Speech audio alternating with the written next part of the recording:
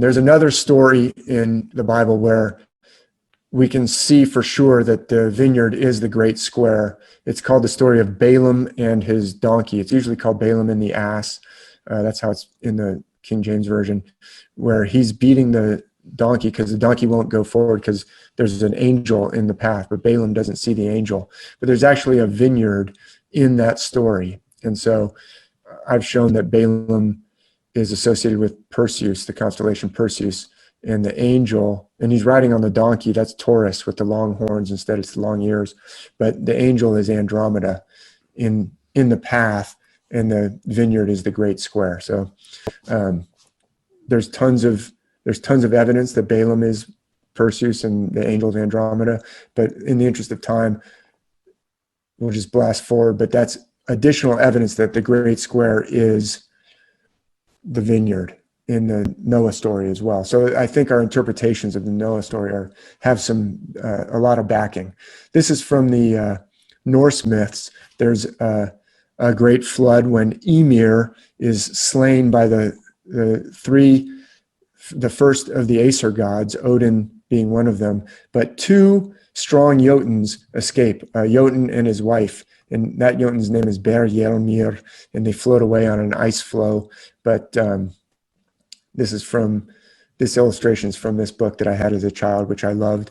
And I'll just skip along with that, but I'll just go through. We could show these parallels. This is from the Younger Edda of Snorri, but it says, it's actually described as he floated away on a mill bench or a mortar, which a mortar is something.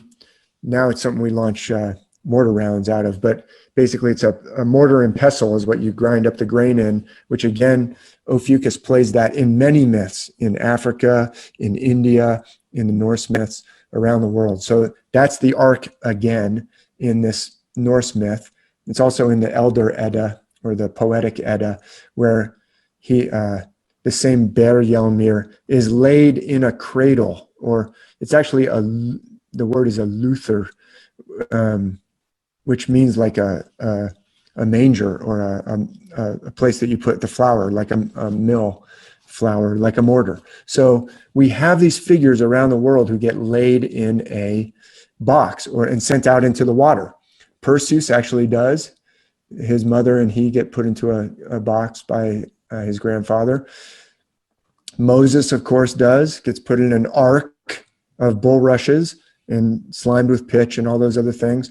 In India, there's a figure named Karna who's put into an ark by his mother and put into a different river, the Yamuna River. In other Mesopotamian, there's an ancient king named Sargon.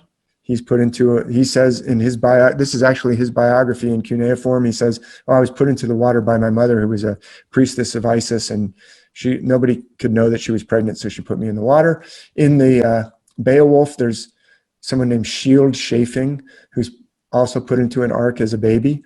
And then in Japan, I just had to race ahead to get to this. Oh, of course. Do you know who's put into the water? Something Ko. I got the Ko. Yes, correct. Hiruko. There we go. That's actually, you see that little symbol on the left, isn't that an insect symbol? That's the insect symbol in Chinese, the insect radical.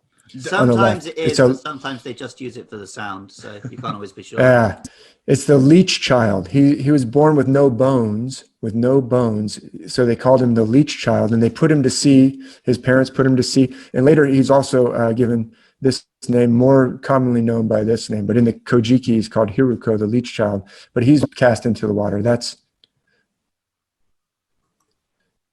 the god of fishermen. Beer. God of fishermen. Nice beer. And beer, okay. Yeah, and beer. So there's another parallel to Noah. Yeah. So there's another parallel to Noah. I didn't even know that. There's another parallel to Noah. Oh, I didn't even know that. So, yeah.